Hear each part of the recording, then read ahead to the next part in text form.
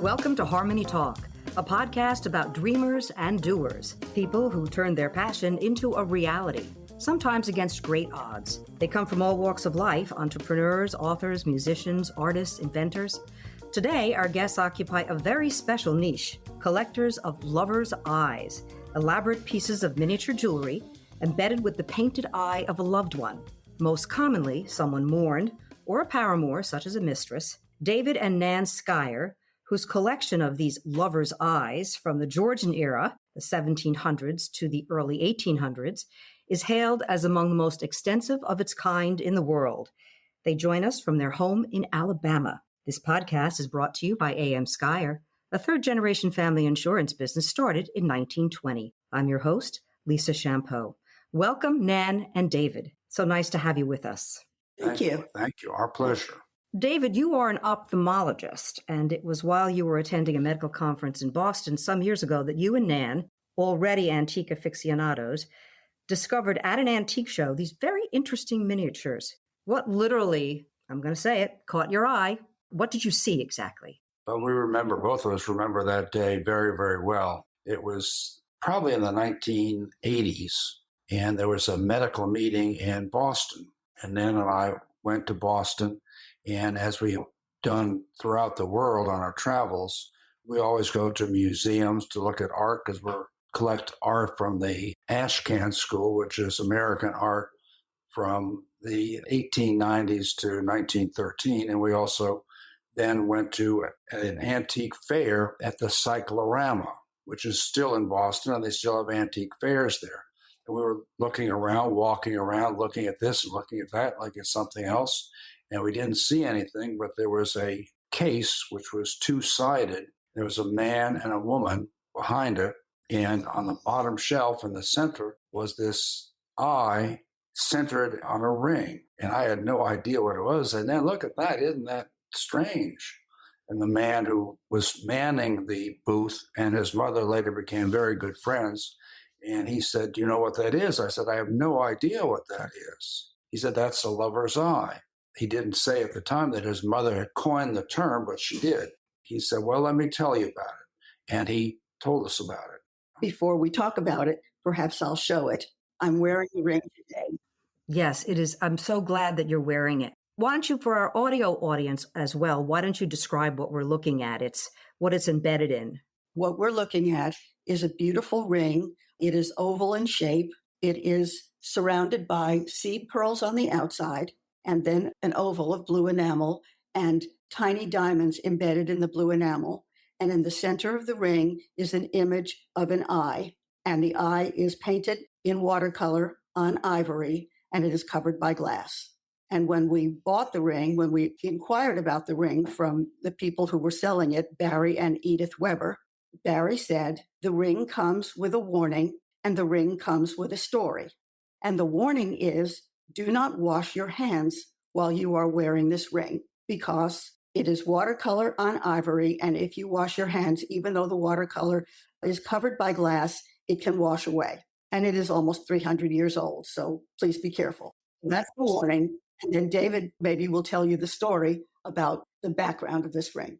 Before you do that, which I think I do want to hear the story, I love the way the ring on your finger, it's kind of vertical. So when you lift your hand, the eye looks back at you. Is that correct? Yes, if I have it facing in the right direction, I have it facing outward so that you can see it. But if I turn it to myself now, yes, it's correct. It's right side up, and it's beautiful, and it does look like it's looking at you.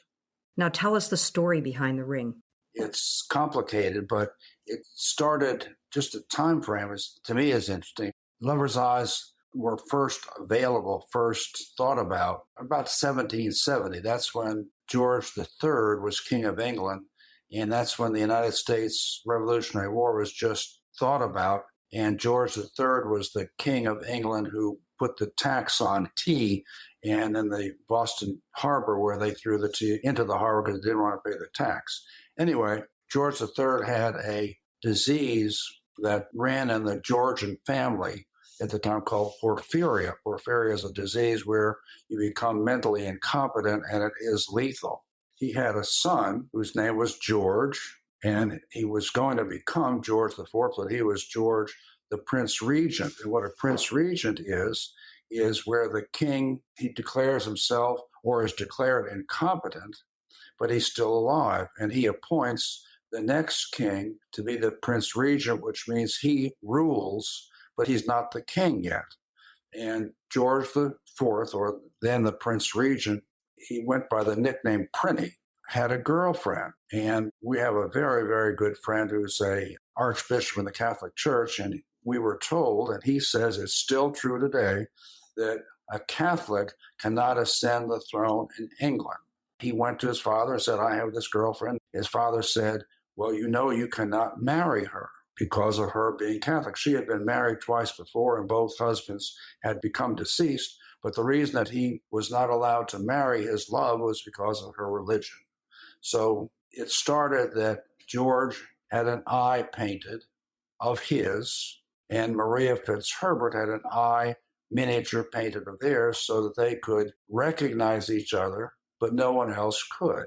George the Fourth to be is one we don't have. It's a miniature eye. He wore it on the inside of his coat, on the lapel of his coat on the inside, so he could flip it back and look at her and smile and recognize her, but no one else could tell who it was. And he asked to be buried with it. It's in Windsor Castle in the cemetery where all of the royals go. That was the story that we were told. In one of the books, of course, about your collection, it does say it all started with a forbidden romance. But they continued to see each other throughout their lives, did they not? They actually married in secret. Maria Fitzherbert was a devout Catholic, and she did not want to be a mistress, but George persuaded her that they should marry. And so they had what was called at the time a morganatic marriage, which was also called in slang a left-handed marriage. And so they married in secret, and Maria Fitzherbert agreed that with this marriage, she would not have any of the rights of the royal family. And if they had any children, those children would not have any of those rights either. And so in Georgian England, even though they married in secret, it was kind of an open secret. And everyone in society knew that they were secretly married. And everyone had heard about the fact that they had exchanged these eye miniatures. And so eye miniatures became all the rage in Georgian England because everyone wanted to emulate the royalty. That's how they had their start, and that's how they became popular in this particular time. So there's a lot of symbolism there in terms of not being able to recognize the eye. Do you know the sitter behind your ring? Do you know anything about that particular eye? We do not know anything about this particular eye, and I would say that for 90, perhaps 98% of the eyes that we have in our collection or that we have seen, the sitter is unknown. It was supposed to have been a secret, and unless there is some indication, for example, some engraving on the back of the piece that might give you a clue as to initials or a name or a date of death in the case of a memorial piece, we do not know. There are a few pieces, perhaps a half a dozen in our collection, that we have been able to do the genealogical research on. So we do know whose eye it is, but most of them are a mystery. And that's part of the charm, is that what we know is that someone loved this person enough to have commissioned a miniature of his or her eye and set it into a piece of jewelry. Is there anything that the jewelry itself tells you? For example, it's made with turquoise or pearls or diamonds. Do the stones tell a story? Yes, the materials clearly tell a story. For example, the ring that I'm wearing right now has a border of seed pearls. So sometimes seed pearls can be read as a symbol for tears. And so if you see pearls surrounding one of these pieces, it sometimes means that it was a memorial piece and that it was made posthumously in memory of an individual who was loved. Sometimes you will see painted on the piece what look like clouds. And if you see that, sometimes it's a space filler and it's for composition, but sometimes it means that that person has gone to heaven, and that too indicates it's a memorial piece. And in Georgian and Victorian England, there was a language of jewels. And so many of the stones, for example, turquoise, as you mentioned, have meaning. And turquoise at the time was believed to have had properties that could intuit the health of the sitter. And so it was believed that, for example, if a person who was wearing turquoise was ill, that turquoise would become darker in color. And when the person returned to health, the turquoise would retain its original color. You know, you yourself have described these as pieces of art, precious jewels, and fragments of history. And all of those are definitely rolled into this. What part about those things intrigues you the most?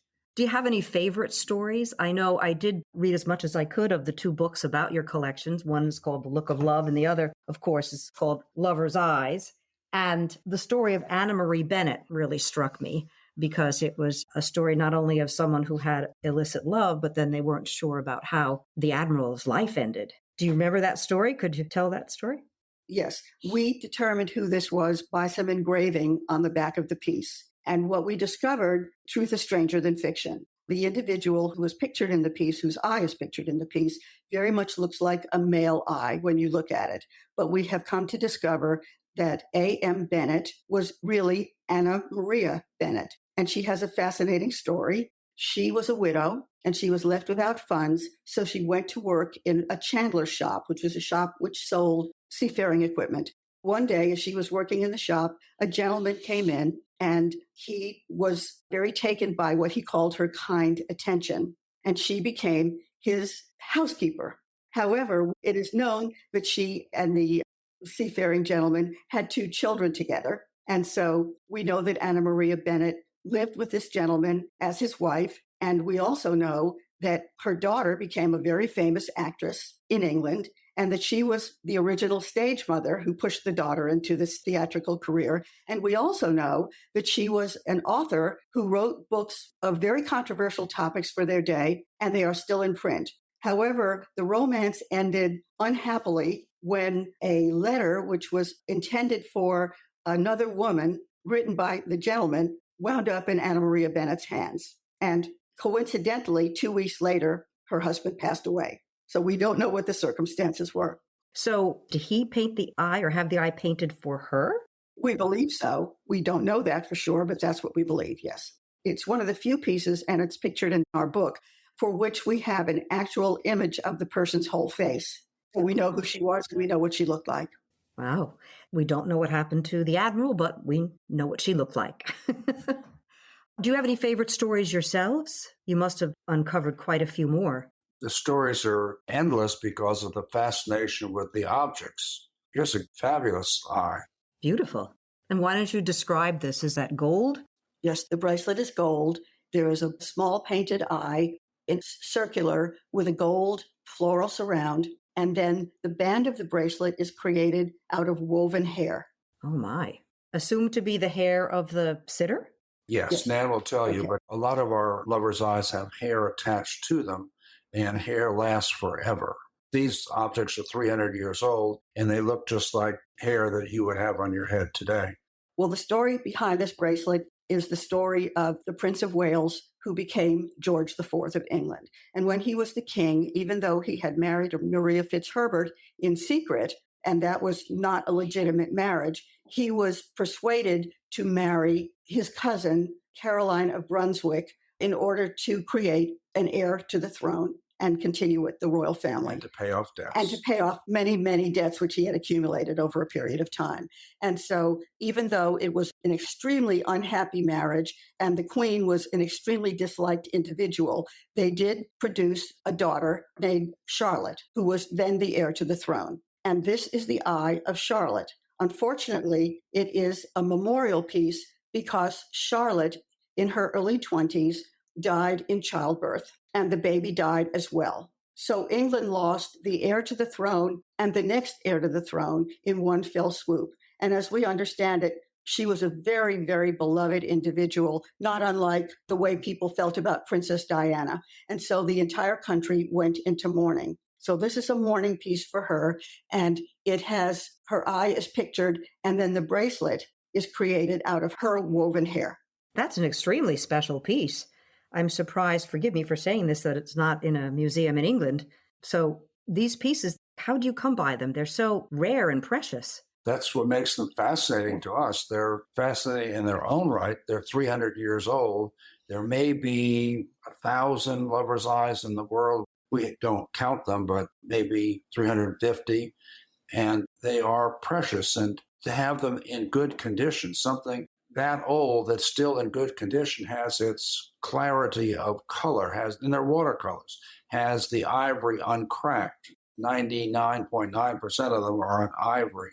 It's a work for us of discovering these, authenticating these, and then acquiring them for our collection. The authentication is very interesting. We have, of course, an expert that helps us with our paintings and helps us with our lover's eyes to reinforce that we're buying something that is of the age that they say. They say that a collector has about 20 years before it goes to another collector. And that means that these pieces have had maybe 15 owners. But it's fascinating for us as far as the history goes, as far as the condition. Our expert says that, and there are lover's eyes on the internet, lover's eyes for sale all over the place, but she will say, her name is Ellie Shushin, who's the editor of the book, who lives in Philadelphia, that she says that of the ones that she sees and has offered, 98 to 99% of them are fakes. And we've had a couple of fakes made by a lady artist in California of Nan's eye, and they look fine to me. They buy an old housing, which means an old ring or an old bracelet or an old brooch, and they take out whatever was in there, which could have been hair or could have been a portrait or could have been, anything, and they then put in a man-made, brand new eye. And also, even more difficult one to recognize is where people will buy a portrait miniature, which is the whole face, made to be like a picture so you can recognize who the sitter is. But because of the exclusivity and because of the cost of the lover's eyes now, people will take the ivory and cut out the eye from the portrait miniature, put it into an old housing and sell it as an original lover's eye, which of course it is not. So it's part of the fun for us to go through the whole history of lover's eyes and then the collection of lover's eyes and the authentication of lover's eyes. And when we first started, rings were very, very, very uncommon. And we had a lot of brooches. I'd say maybe, we had maybe 12 or 14 brooches. And then all of a sudden we saw another ring after the first one. And we were so excited. We just got so happy that we found another one. Now we probably have 30 rings, 40 rings. When you had Nan's eye painted, did you say you made it into a bracelet or did you make a ring? Both. She has a ring and a brooch. Correct. I'm sure, David, you recognize her eye. As only a lover could, as I understand the story to go in any case. But these pieces of jewelry are, can you actually wear them? Because they seem very, very fragile. I wear them infrequently. Nan wears them. She likes to give talks, and not that she likes to do it. People love to hear her talk about our art collection and our lover's eye collection, and she's in great demand, so she will wear one during the talk. Most of them are in a safe deposit box. We keep a number of them, maybe 30 or 40 of them, at home and are safe here, which is fireproof. We think that we're temporary owners of these, and what happens to them after Nan and I are gone is of no consequence to us. We want to conserve them and preserve them for future generations. So, for example, they're sensitive to light. So we would never leave them out where they would be in the light for an extended period of time. We want to keep them in a place where the watercolor won't fade because we are the temporary custodians. We feel a sense of responsibility to history that we keep them in the best condition that we can. You had a couple of exhibits. I do know that. And one of them, I believe, was even, perhaps, was it written up in Architectural Digest? Among many other publications, yes. Yes, because I thought it was very interesting. Not only was the display room temperature controlled and the jewelry housed in glass, I guess, temperature controlled boxes, but the guests, the visitors, had iPads. They could see the jewelry in 3D. It just sounded like a very fascinating exhibit. And I know you've exhibited a couple of times since then. Are there plans to do that again? That's a great question, Lisa. The exhibition that was originally executed by the Birmingham Museum of Art and us was a blockbuster exhibition. It was at 6 months at Birmingham. It went to the University of Georgia in Athens for 3 months. It went to Winterthur in Maryland for 3 months. Then it went to Minneapolis for 3 months. And it was a fabulous exhibition, if I must say, to congratulate the people that we worked with to make it wonderful. Right now, we are working with 2 museums who are going to take the lover's eyes, and we don't encourage it. They come to us and ask if they can display some of these. But the iPad Nan has most of the great ideas, but that was my idea because they're so small, they're so tiny, they're so precious, and they often have two sides, hair on the back or something else, engraving on the back, and then the lover's eye in the front. They often can be opened like a wallet. There's an etui.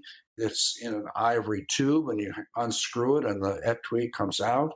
And we thought that a video of these small objects, which it's Nan's hands doing it, would be so instructive to people. And we also thought that these small objects, and certainly people can't touch them, would be so much better appreciated on an iPad so that you could enlarge it, so that you can turn it around, so that you can do with it what you want. And also we can put information about it on the iPad. And for people whose sight is not very good anymore, it's really just life altering. And it was the first time that the iPad had been used in a museum exhibition, and we bought, I think, 10 or 12 of them and lent them to the visitors to each of the venues. And it was terrific. And we're going to do that again. With one show, we will not do it, but the other show, we will do that. It's a lot of work, Lisa, to do that. Oh, I bet. Where are the two shows, just in case somebody in our audience lives in one of those cities? They've not been signed yet, and I cannot tell you. I won't force you. David, as I said earlier, you are an ophthalmologist. Do you have any clinical interest in these eyes?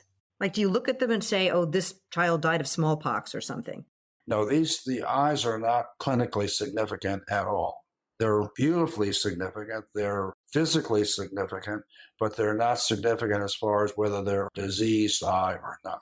We have an eye that we just got the video on, our picture on from England yesterday, and it's a mystery eye, and the person who in England is sending it to us through our elocution said this eye looks like it has a disease, and it does not. The eye is a beautiful eye.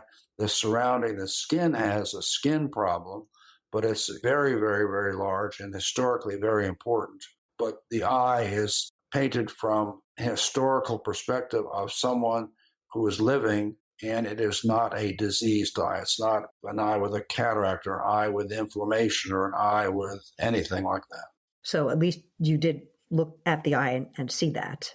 These eyes also sometimes had flowers around them. Did they not? The eyes sort of evolve in terms of their depiction.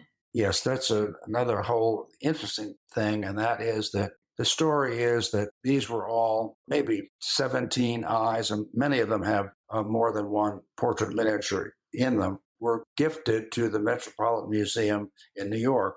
They were never assessed to the Metropolitan, but they were given in a paper bag by this exceedingly wealthy family. And they now wanted to sell them to us, or sell most of them to us, which we have acceded to their request and bought them. And one of them is a flower eye. There are 5 known flower eyes in the world, and the flower eyes are steeped in the history of eyes and also the meaning of the eyes. And the one that we have is eye portrait from the 1700s, this is about 1805. It's Mrs. Fox, and the flower is foxglove. Would you like me to show it? Yeah, foxglove is what digitalis is made out of. Oh, okay. So again, tell us what we're looking at. Mrs. Fox with her foxglove. I see the flowers all around the eye. Yes. This is a tiny subcategory of another tiny subcategory. Lover's eyes are rare, and flower eyes are exceedingly rare, and they are lover's lips. We had loaned 2 pieces to a museum in Austria, in Innsbruck, Austria, called the Schloss Ambras, which is a part of the Kunsthistorische Museum in Vienna. And so we loaned these 2 pieces happily to their exhibition, which was called Face to Face. And we, of course, then went to Austria for the opening. And so when we arrived there, these 2 pieces were in a case, in a room filled with fabulous portraits by Rembrandt and Picasso and the A-list artists. And so our 2 pieces garnered a great deal of interest. Of course, we were there and we didn't know a soul. And so I was wearing one of the rings that has a tiny, tiny, tiny circle in which there are painted lovers' lips on ivory surrounded by gold on my pinky finger. And so as an icebreaker, we were walking around the room and chatting with people, and I would put out my hand and show them this ring with the lovers' lips. And it was a way of introducing ourselves and making conversation. And so about halfway through the evening, I did this very thing, and I looked at my finger, and the housing was empty. And the tiny little sliver of ivory, which had the painted lips and the glass covering it, had fallen out. And we were in a castle which was probably 400 years old, with ancient old wooden pitted floors. So the museum staff went right to work. Everybody panicked. We did not, because we said it's a thing problem, not a people problem. But they all got out their telephones with their flashlights and looked around on the floor. And sure enough, they found this little tiny sliver of ivory unbroken at the base of a case where it met the floor, and they picked it up, and it was fine. You were very lucky because it could have fallen between cracks or anywhere. That's a wonderful story. We knew at the time that there were 3 known examples in the world. And so when I looked and my finger was empty, David said, well, now there are only 2 known examples in the world. I was just going to say, well, maybe we'll get one of the other 2. These were very popular for a very short period of time. And someone told me, I have not seen it, but the very popular show Bridgerton, which takes place during the Regency era, which, as I understand it, was part of the Georgian era, someone is wearing an eye. Why do you think they stopped being popular? Well, the tradition persisted, but fads go in and out of popularity. And so it became less popular. It became a little bit more popular again in the Georgian era. And then there are some reprisals today in other forms as well. So it never completely went away, but it did have its great period of popularity, say between 1790 and 1820. We have lots of requests all the time for use of our eyes for newspapers, for magazines. Libertine has done a whole series of, it's a manufacturer of clothing and handbags, which are all full of lovers' eyes from our collection. And we're glad to lend our images to them. We're even on the cover of an album of a Swedish rock band. Oh, that's great. That's wonderful. You did say, though, earlier that you don't know what's going to happen to the collection after you've gone on. Your children are not interested in it, or? The children are not interested in it. And as we said, we consider ourselves the temporary custodians. We do not know what the future of this collection will be. Well, I'm sure there's a museum out there that would love to have the entire collection. And it would be such a beautiful thing to see, truly. It would be life-altering for a museum, but we have no plans for the future of them at this time. And to be honest, as I said before, they're at least 99% ivory. And ivory is a very difficult commodity today because of the restrictions. All of ours are Indian ivory because India was controlled by Great Britain at the time. And we were offered the idea of, because it's only African ivory that's endangered. And these are, 300 years old, and the elephants have given up their ghost a long time ago. But we could document by taking a sample, this is what the British government has said, of each piece, which means drilling a little hole in the object, and then they do DNA testing to determine that it's Indian ivory rather than African ivory. And we've said, no, we're not going to do that. We're not going to destroy partially each piece in order to document that it's Asian ivory when we already know it's Asian ivory. Well, that's a whole other story. You have 2 books, of course, out about your collection, Lover's Eye and The Look of Love, which is the earlier book. They're kind of hard to find. Any suggestions to people, that is our listeners and our viewers who might want to pursue this further, where they could find the books or more about you and your collection? Best place to find the book is on Amazon. The original book, which is out of print, they have 1 copy available, which the last time we looked was trying to sell it for $2,800 and some dollars, and that's unsigned. The books are all made in England by a company called Giles, who has been very helpful to us and very nice. And they were temporarily out of the books, and they now have found some more. Now, how many Amazon has, we don't know, but they are available on Amazon for the original price, which is $50, which we get nothing out of. It's all a donation to a museum when they buy them. We've contacted Dan Giles, who's the owner of Giles Book Manufacturing Company in London, and we are going to do a 3rd book, which will include probably 70, 80 new objects that we've acquired, but it's not signed and sealed and delivered at this time. But we think within the next year, we'll have a third book, which will be a compendium of all of the prior two and the third one.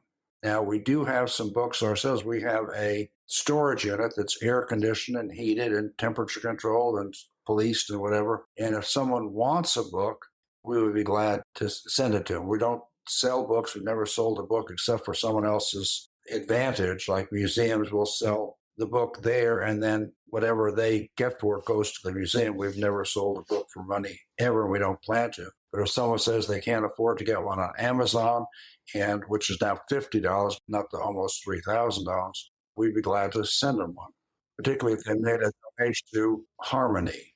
Well, thank you very much for that. As a matter of fact, it was out of stock when I went on Amazon, and I was fortunate enough to have been lent the book by, full disclosure, Henry Skier, your brother. And of course, A.M. Skier is the sponsor of this podcast, Harmony Talk. It's a third-generation family insurance business started in 1920, which is usually how I end this podcast. But I wanted to thank you both so much for being with us. I mean, this was fascinating. Fascinating. I'd like to see more of your collection. Maybe one day I will. Thank you so much for being with us. Thank you, Lisa. We enjoyed it. Thank you. I'm Lisa Champeau. We'll talk to you next time.